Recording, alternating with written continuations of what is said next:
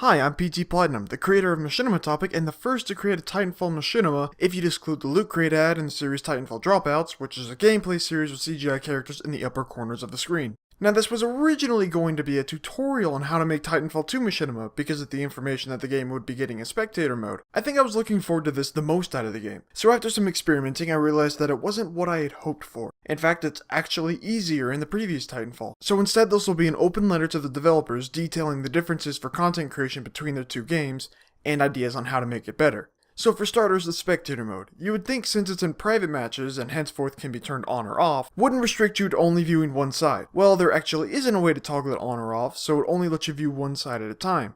No big deal. Especially since Titanfall 1 didn't have a spectator mode at all. Except this feature offers no help for content creators. Only a zoomed in third person view on the players, or in first person. Only one exterior pre-chosen shot, and no way to move the camera around. I even tried running outside the map to see if it would glitch the camera. And it did! And then he respawned and the camera reset.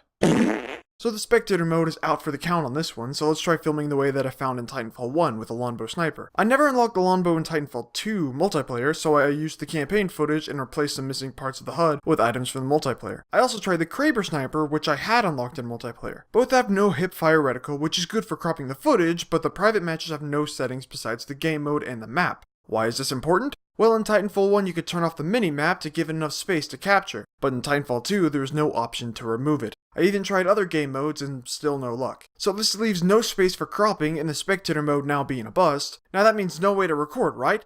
Wrong! If you spectate the right person in third person view, you can see in the upper right an empty space to record. Who am I kidding? That's way too much effort for each shot. Going between a middleman to get each shot the way you want it is just too much of a hassle to not just use Titanfall 1. Now, what is improved in Titanfall 2 over 1 is the customization. Not only in skins, but also in extensive character class designs and no more, dang it, you got the wrong randomized skin, respawn. Also, you don't need a burn card to look like a Spectre with a couple special class designs to suit your fancy. Not only that, but Titan customization too. Granted, not the weapon, that's standard, but in terms of design, it can look however you want it to. So how can Titanfall 2 become machinima friendly enough to be a viable engine? Well, for starters, the option to remove the minimap. That alone would fix my gripes and make it preferred over the original game. If the developers would like to go a bit farther than that, the option to free cam in spectator mode, no visibility of the red outline on enemy players when in spectator mode, and heck for convenience, spotting in spectator mode so actors can know the marks the director is talking about for the shot. These are just a couple changes that don't involve completely reworking the game. Now, since all DLC is free for the game, you, the developers, are not obligated to add any other free content, since there is no other income for the game besides base game purchases.